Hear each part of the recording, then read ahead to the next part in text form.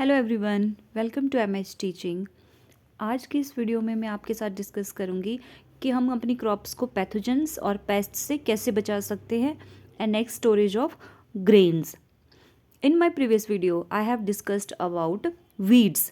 मैंने बहुत डिटेल में कल के वीडियो में मैंने सिर्फ वीड्स के बारे में डिस्कस किया है, with different types of weeds with exam उनकी इमेजेस के साथ और एग्जाम्पल्स भी किए हुए हैं। अगर आपने मेरा वो प्रीवियस वीडियो नहीं देखा है तो आप एमएच टीचिंग पे जाके उसको देख सकते हैं। तो उसी का पार्ट है क्रॉप प्रोटेक्शन मैनेजमेंट का ही वीड हमने कल कर लिया था। उस दूसरा पार्ट है उसका पैथोजन से कैसे बचा सकते हैं और नेक्स्ट इज पेस्ट से। So let's start with pathogens. तो पहले तो आपको ये पता होना चाहिए कि पैथोजेंस होते क्या हैं। Pathogens are the disease causing organisms which harm our crops. और ये बैक्टीरिया भी हो सकते हैं, फंजाई और वायरसेस कुछ भी हो सकते हैं। Clear? And these causes diseases in plants. Present कहाँ होते हैं, आते कहाँ से ये पैथोजेंस? तो ये एयर, वाटर, सॉइल, इन सभी चीज़ों में होते हैं और इन्हीं के थ्रू ये ट्रांसमिट होते हैं। क्लियर? पैथोजेंस क्लियर हो गया।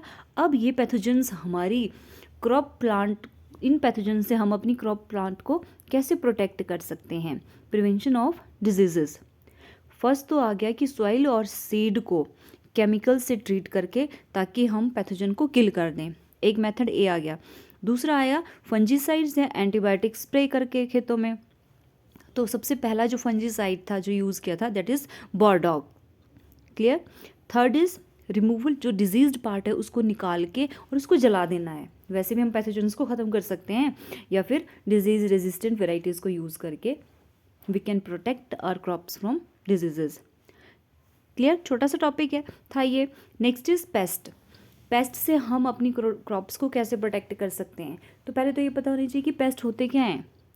ऐसे इंसेक्ट जो हमारी क्रॉप्स को हार्म पहुंचाते हैं और यील्ड रिड्यूस करते हैं उनको पेस्ट बोलते हैं। क्लियर? अब पेस्ट जो होते हैं वो क्या उनका नेचर है फीडिंग का, किस तरह से वो प्लांट्स को डिस्ट्रॉय कर रहे हैं, कैसे वो उन पे फीड करते हैं, इसके बेस पे they are of 3 types. Insect pest are of 3 types. That is first आ गया च्यूइंग इंसेक्ट्स, जो चबा के प्लांट क्रॉप्स के पार्ट्स, डिफरेंट पार्ट्स को खाते हैं और उनको हार्म पहुंचाते हैं, उनको बोलते हैं chewing insects. They cut root, stem and leaves of plant. Example आ गया आपके hopper, locust and caterpillars. Images में आप देख सकते हैं, ये first images of caterpillar leaf को खा रहा है कैसे, तो ये आ जाता है च्यूइंग इंसेक्ट का एग्जांपल है। सेकेंड इमेज में आप देख रहे हैं लॉकस्ट, डिफरेंट कलर के, डिफरेंट साइज के ये होते हैं और हॉपर और लॉकस्ट देखने में ऑलमोस्ट सिमिलर ही लगते हैं। क्लियर? तो च्यूइंग इंसेक्ट्स आ गए hopper, locust and caterpillar. Second type of insects are sucking insects. Name indicate कर रहा है कि ये प्लांट का जो सैप होगा, सेल सैप, उसको सक करेंगे। क्लियर? एग्जाम्पल आ गया aphids, bugs, soft scales, white flies and leaf hopper. आपको इनके पार्ट्स टाइप्स तो पता होने चाहिए पर एग्जाम्पल बहुत ज़रूरी हैं। Clear? Third type of insects है बोरर इंसेक्ट्स। बोर करेंगे, वो होल करेंगे और ग्रेन के अंदर घुस जाएंगे। They bore into stem and fruits. Clear? For example weevils, larvae of many moths and beetles and wasp. These are the types of borer insect. तो ये हमने पढ़ लिया 3 टाइप्स के पेस्ट, च्यूइंग इंसेक्ट्स, सकिंग होते हैं और बोरर।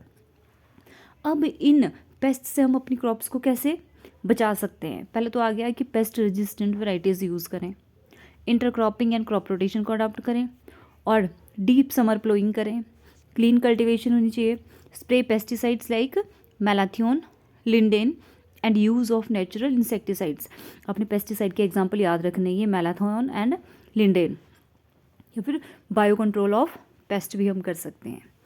क्लियर? तो ये आ गया बिल्कुल इजी सा पेस्ट और पैथोजन के बारे में हमने पढ़ लिया इन 2 टॉपिक्स के बारे में। नेक्स्ट आता है स्टोरेज ऑफ ग्रेन। अच्छा, हमने क्रॉप्स उगा ली, उनको इंसेक्ट, वीड्स और डिजीज से भी बचा लिया। अब हार्वेस्टिंग करने के बाद जब हम स्टोर करते हैं तो तब भी तो उस बहुत सारे फैक्टर्स हैं जो हमारे स्टोर्ड ग्रेन को हार्म पहुंचा सकते हैं। तो हमें कैसे ग्रेन की स्टोरेज करनी चाहिए? क्लियर? उसके बारे में करेंगे। तो पहले तो what is storage of grain? The process of storing harvested crops for later use is called storage of grains. Due to inadequate storage and faulty methods of storage a big loss always occur. और क्या क्या factors होते हैं जो stored grains को harm पहुंचाते हैं? Abiotic factors भी हो सकते हैं। एबायोटिक में आता है नॉन लिविंग फैक्टर्स, और biotic factors that is living factors which destroy our stored grains. तो एबायोटिक फैक्टर्स में क्या क्या चीज़ें आ सकती है? नॉन लिविंग, अच्छा मान लो आपने अनाज ले आए, आप उसको पहले तो आपने हार्वेस्ट किया, सुखाया नहीं, ऐसे ही रख दिया, स्टोर कर दिया, तो उसमें तो जल्दी से ज़्यादा मॉइस्चर होने की वजह से उसमें फंगस लग जाएगा, वो ख़राब हो जाएगा। तो पहला पॉइंट आ गया abiotic factors which is responsible for the degradation of और stored grain is inappropriate moisture. ठीक है, inappropriate moisture in food grains that is more than 15% causes early decay, वो सड़ जाएगा। अगर आपने आपने अपना स्टोर्ड ग्रेन जो है ऐसे कमरे में रख दिया जहाँ पे सीलन थी, ह्यूमिडिटी थी, तो तब भी आपके फंगस लग जाएगी। तो दूसरा abiotic factor responsible for the degradation of the stored food is humidity in storage area. तीसरा आ गया, अगर हाई टेम्परेचर होगा तो एंजाइम एक्टिविटी बढ़ेगी और हमारा अनाज खराब हो जाएगा। And these are the 3 factors which deteriorate the quality of grains. Next is biotic factors that is ऐसे लिविंग ऑर्गेनिजम्स, ऐसे फैक्टर्स क्या हैं जिनकी वजह से हमारा स्टोर्ड ग्रेन खराब हो सकता है। तो इसमें आ जाते हैं कि हमारे उसमें कोई इंसेक्ट आ गया स्टोर्ड, जहाँ पे स्टोर्ड ग्रेन है, rodents, fungi, mites, bacteria, worm and birds वगैरह, ये सब भी हमारे अनाज को डिग्रेड करते हैं।